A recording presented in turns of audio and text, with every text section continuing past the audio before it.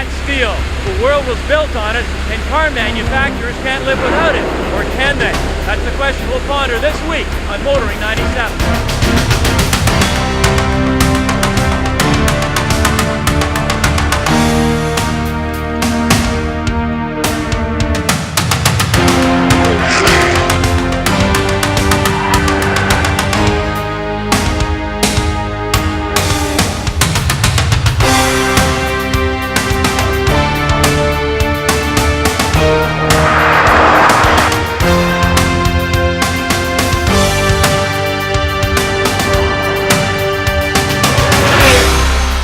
TSN's Motoring 97 is brought to you by Quaker State. The big Q stands for quality, always has, always will. And Midas, the way it should be. This week we're in the hot strip mill at the Fasco in Hamilton, one of Canada's largest steel producers. And you know, for a company like this, the car manufacturing industry represents about 35% of their business, or just over $1 billion a year. That's a good chunk of money. So when car manufacturers start to look at alternative materials like aluminum in order to build a lighter car, this industry takes notice. In fact, recently, 32 of the world's biggest steel producers have come together in an effort to try and find a way to continue to satisfy this weight-conscious customer. And this week, we're going to look at what they believe is a solution.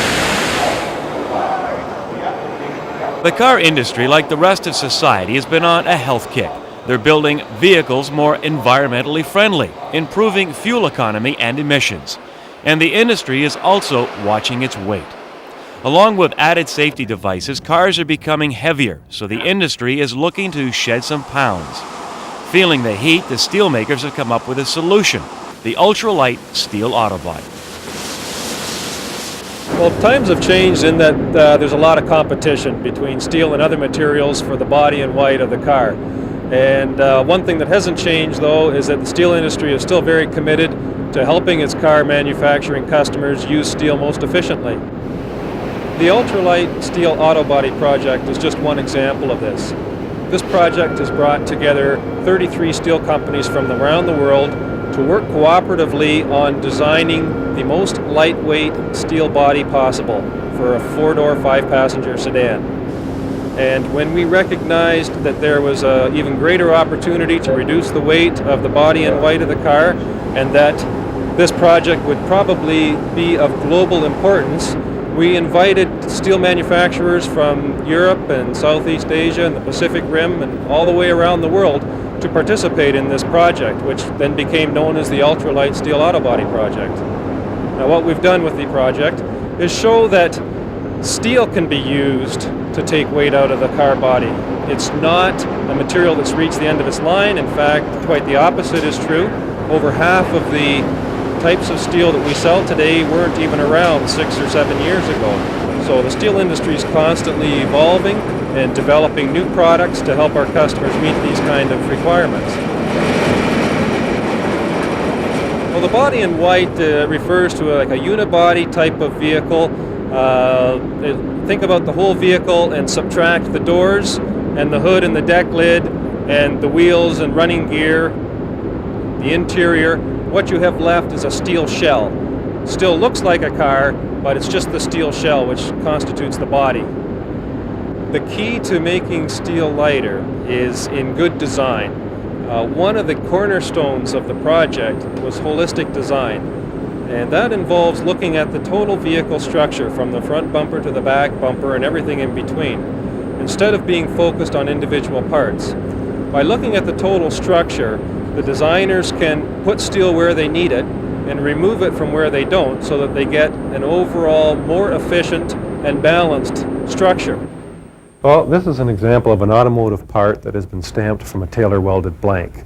And when I refer to a tailor welded blank, I'm talking about sheet steel that has been welded together in the flat. These are two different types of steel. One is a thicker, higher strength grade of steel compared to a thinner, milder and more formable grade of steel. One of the advantages that you get by working with tailor welded blanks is that you can tailor the steel for the most appropriate area on the part, It lets the part designer use the stronger steel where he needs a stronger steel and use a thinner steel where he can get away with a thinner steel. Let's take a closer look at where the thicker steel has been joined to the thinner steel. There's a continuous weld along here where the two materials have been connected in the flat.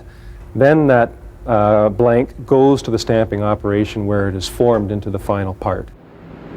The ultralight body in white weighs about 25% less than the average four-door sedan on the road today. The body in white structure is about 135 pounds less than what you would see on the road today. And in fact, we have not sacrificed strength or safety to do this. Computer simulations have shown that the crash worthiness of the vehicle exceeds most of the vehicles on the road today. The next step is really to prove what has been done in the first phase. In the second phase that we're involved in now, we're actually building body in white hardware. And this will show that all of the computer simulation work and all the design work that was done up front can in fact be translated into a manufacturable real-world vehicle. And that's what we're working on right now. We're lining up tooling vendors and we're going to be stamping out parts and assembling actual body in whites in this phase of the project. So the steel industry thinks they've got the answer to lightweight cars, do they? Well, hard as you may find it to believe, I got a few thoughts on that myself. That's later on Kenzie's Corner. Whoa, baby, that's the one I like. Let it show, let it show, let it show.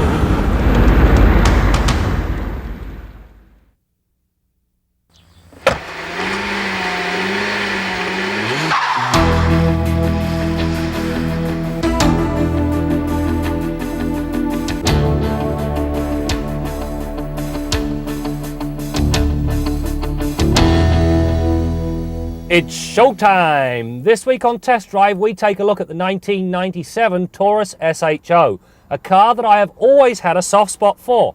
Why? I'll tell you in a moment.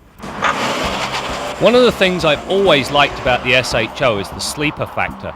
Aside from some discreet badging, a larger air inlet on the front fascia, and a rather silly rear deck spoiler, the differences between the SHO and its more mundane cousin are subtle. That is, until you get behind the wheel. The primary reason I've been a fan of the SHO has always been its engine. It used to be a V6. Well, for 97 they've added 2 more cylinders, so we now have a 32-valve 4-cam V8. Displacement is now up to 3.4 litres and horsepower rises correspondingly to 235 stampeders. From a technical perspective, the SHO engine is a marvel. Both the heads and the oil pan, which is also used to strengthen the block, are now cast aluminum. To ensure the requisite level of cooling, the new V8 uses a reverse flow system. This delivers coolant to the heads first, allowing them to run cooler, which improves emissions, as well as helping to eliminate pinging. This is also the first Ford engine to use a coil-on plug ignition system. Again, fewer emissions. The best part, however, is found in the intake system. The 8 runners are mated to an electrically operated intake manifold runner control system. This setup opens a set of secondary runners which allows the engine to breathe properly above 3,500 RPM. Do they work? You bet, because along with the horsepower comes 230 pounds-feet of torque at 4,800 RPM. Mash the gas pedal and the SHO scoots, gobbling up huge amounts of tarmac in short order. While the 0 to 100 km/h time is only marginally better than average at 8.5 seconds, the 80 to 120 is covered in a blistering 4.9 seconds. In other words, the power is just where you need it. If there is a disappointment, it is that the SHO only comes with a 4-speed slush-o-matic. Come on guys, where's the 5-speed manual? The suspension features McPherson struts at all 4 corners, however the whole lot has been enhanced by the addition of 2-stage damping. A sensor at the top of each of the shocks monitors the wheel-to-body positioning to detect steering inputs and whether the road is rough or smooth. Electronics then take over to switch the struts between the 2 different damping settings. The result is a car that handles well without sacrificing ride comfort. Witness the pylons. Only when pushed to the extreme did the SHO begin to protest, at which point it slipped into understeer. That aside, the SHO steers predictably, and thanks to the 225/55/16 tyres, it tracks a true line even at breakneck speeds. Stopping power comes from a 4-wheel disc brake setup with standard anti-lock. No complaints. The stopping distances measure a short 112 feet from 80k, and unlike the earlier model, the pedal has a good feel. The SHO is a true family sedan. First of all, there's an abundance of knee room, leg room, headroom's not bad, and width-wise you can sit 3 across, albeit at a squeeze. The thing I do like, however, there's a conventional belt which means you can put in a child seat properly. Put an adult back here, not a problem. Simply pull this out, latch it on, now you have a 3-point belt for each of the 3 occupants in the rear. Elsewhere, the SHO mirrors the basic Taurus. The radio and heater controls are housed in a single oval console. The gauges are analog and easily interpreted, and the power items plentiful. The noticeable difference here is the high wingback seats.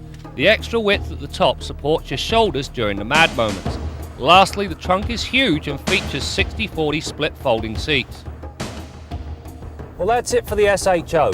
This vehicle still solves an age-old dilemma, and that is you can have a car that's fun to drive and one that fulfills the family commitment.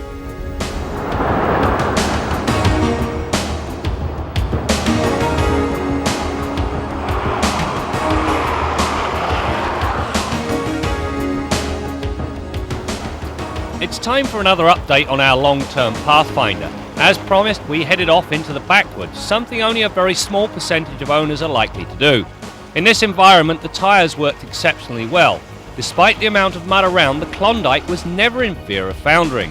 Also impressive is the fact that unlike the earlier models, you do not need a kidney belt to endure the off-road experience. In a future update, we'll look at the fuel consumption. Let's just say, it's going to surprise you. With General Motors grabbing headlines with its new minivan lineup, Ford decided it was time to unveil its 1998 version of the Windstar. The Windstar is built in Oakville, Ontario, and its 2 biggest weaknesses have been the lack of head restraints for the second and third rows and the absence of an optional 4th door. Well, the head restraints are now in place, but the 4th door is not. Instead, Ford has designed what they call the family entry system. The strength of the family entry system, which is the combination of a longer driver's door and a tip slide seat, is that it allows entrance into the 2nd row without the optional pricing of the 4th door. I have a 350-pound colleague who gets in and out of there regularly with ease. The 3.8-liter split-port induction engine produces 200 horsepower, making it the most powerful in the minivan class. So Ford has made improvements in every area except the 4th door. Is it on the horizon? I can't comment on future programs, as you know. We are looking at that as an option for a future model. We're investigating it, but I cannot comment on that.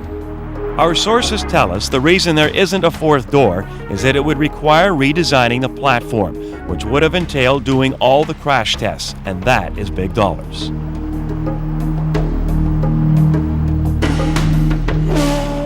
Our Midas tip of the week concerns engine oil capacity. Most of today's cars hold about 4 liters of oil, but many of the smaller engines hold even less than that. In any case, it's that volume of oil that not only lubricates the engine, but cools a lot of parts as well. There's the bottom of the engine's cooling system right there, that drain bolt. Everything above that receives benefit of the engine coolant. But below that area, the entire bottom end of the engine relies on oil to cool it as well as lubricate it. Now you want the right amount in there, of course. There's the pickup unit and the oil pump, and there's our dipstick over there. If we grossly overfill that engine with oil, the counterweights on the crankshaft will start to plow through the oil and aerate it. If it's grossly below that level, the oil pump can become starved for oil and you can seize the engine. So make sure you maintain the correct amount of oil in that engine. Your engine oil will last longer, and the critical parts of your engine will be not only lubricated but cooled properly as well. That's your Midas tip of the week. A portion of Motoring 97 is brought to you by the Solder Seal Gunk family of automotive products, makers of Puncture Seal Gold and Liquid Wrench.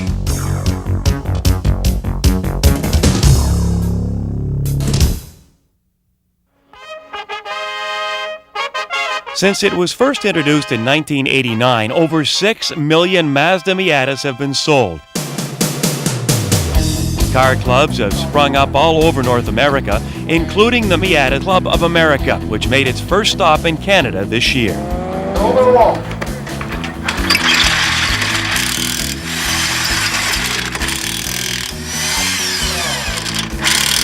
We started this 2 years ago, planning this, and it started off sort of as a whim. They have these events all over the United States, and this is the first time it's ever been out of the States. There's 35,000 members in the Miata Club of America, which we're affiliated with. So there's about 250 cars, and we've had just phenomenal reaction. They just love the event, the hospitality of all the people up here. They really enjoyed it. We call it an actual attitude. A lot of it call me attitude. The people seem to be all fun-loving, love to have a good time, love to enjoy the car and come out and just be together and socialize and drive the car and play with it. Well, we got a Sebring supercharger here. It's a blower made by Eaton. Intake manifold's been flowed, balanced, and relieved. Free-flowing exhaust. It's running about 140 horsepower at the rear wheels on the dyno, and estimated about 179, 180 horsepower at the crank on a 2,300-pound car. One question. Is this legal in Ohio? Oh, sure it is. Absolutely. We always drive 55 mile an hour in Ohio, even with this. Normally it takes about 4 years from sketch to the full production car. In Miata's case, take an extra year because we had to convince the management that was a good business proposition. But never lost any elements that we wanted to do. If anything, the final car came out better than we anticipated it. And chief engineer recorded about 100 sounds of the exhaust around the world.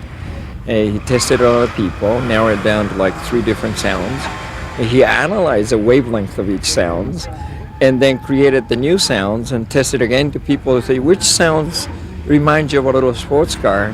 And that was the one we got on the car today. So it's everybody really put more effort into it than just, creating a regular car. I think the original idea of reviving the lightweight sports car, roadster type car, was perhaps conceived by a guy by the name of Bob Hall, who former automobile journalist. The second styling concept that Mazda did off Miata was introduced 2 years ago, called M Speedster. And this was to show what Miata could possibly be like if the decision was made to, I guess, enhance performance a little bit. And then this year we built the coupe. And I always thought about 20 years from today, somebody write the book about a Miata. Has to have a coupe in there. So that was more of a scenario thing. Nothing could be finer. But I'll tell you, that was a blast. You talk about fun. Those 2 cars are to die for. The M Roadster, man oh man, you put a supercharger onto an already fairly peppy car and you have one serious roller skate, and that's exactly what it's like to drive. As for the M Coupe, when you take the Miata platform, it's already fairly rigid. Put a roof back onto it and you have a car that you could do some serious tweaking with. The thing that I find really intriguing, with the death of the RX-7, I think that there's a possibility we may see the M Coupe in reality. Now, if I were a betting man, I'd have a small wager on that right now.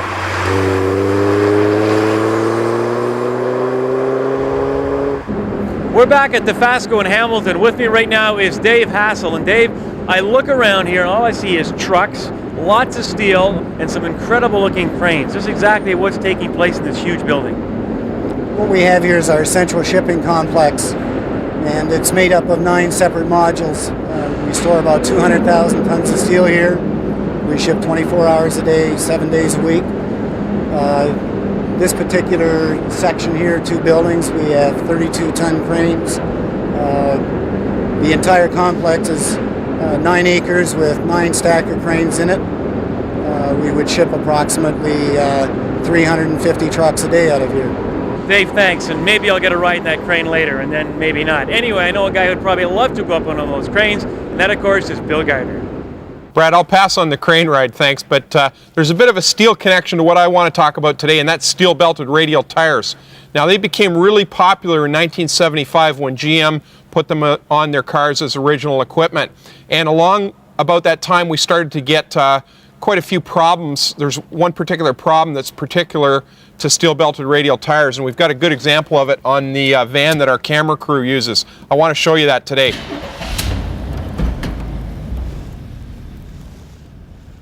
The camera guys were complaining about a wobble or wiggle in the front end of the van at all road speeds, and closer inspection revealed we had a tire problem, not uncommon to steel-belted radial tires, and that's the bulge.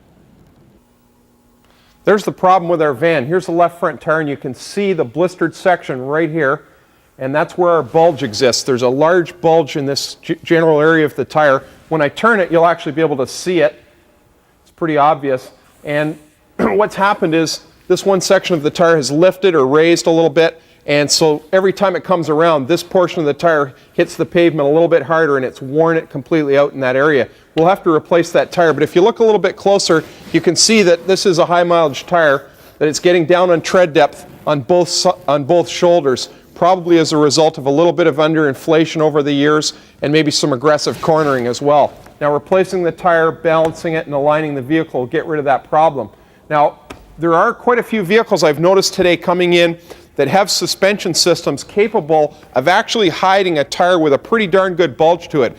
I drove one the other day, a GM full-size pickup truck, and it had a tremendous bulge in the tire, and I couldn't believe how that suspension just ate that right up. I could barely feel it in the steering. Now, there was a little bit of a pull. There was a pretty good pull on this vehicle, and there was a slight vibration, but nothing like I would have expected by looking at the tire. So if you get any feedback through your vehicle, a little bit of sawing to the steering wheel at low speed, or a vibration at higher speed, or a severe pull, that's an indication that you've probably got a tire problem, and you should have it looked at fairly quickly. Till next week, I'm Bill Gardner for Motoring 97.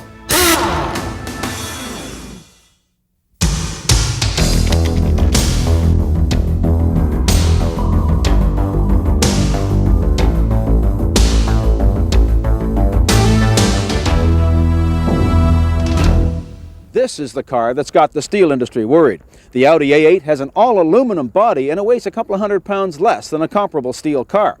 Now, the steel industry's been telling us on today's show they can build a car this light with new high-strength, lightweight steels. But Audi counters with, hey, this is our first aluminum car. When we get more practice, we'll build them even lighter, and magnesium is just around the corner.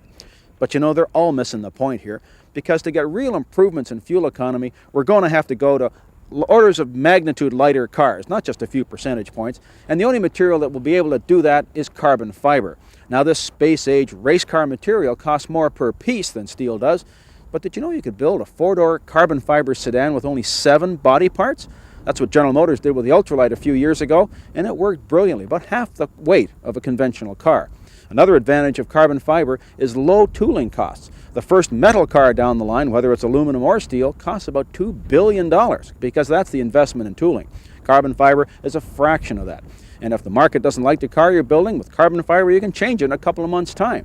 Now, this will require a revolution in the car building industry, equivalent to the computer revolution when PCs took over from mainframes. Now, is there a car company equivalent of the Apple Computer Corporation lurking out in the woods someplace? Well, the steel industry hopes there's not. You'll get the answer on Motoring 2007. I'm Jim Kenzie.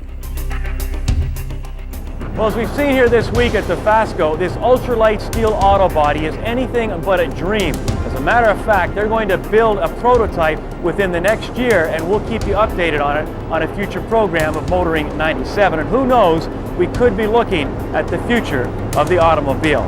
Anyway, I got a lift, so let's go. Now, I'm not big on heights, but what the heck. It's an opportunity. So we'll see you next week as we continue to bring you more stories about cars, trains, and the people who drive them.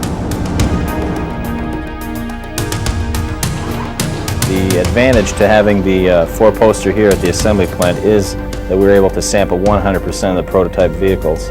So that way we can weed out more customer concerns before we kick off the new model versus sending only one prototype to be tested. TSN's Motoring 97 has been brought to you by Quaker State. The big Q stands for quality, always has, always will, and Midas, the way it should be.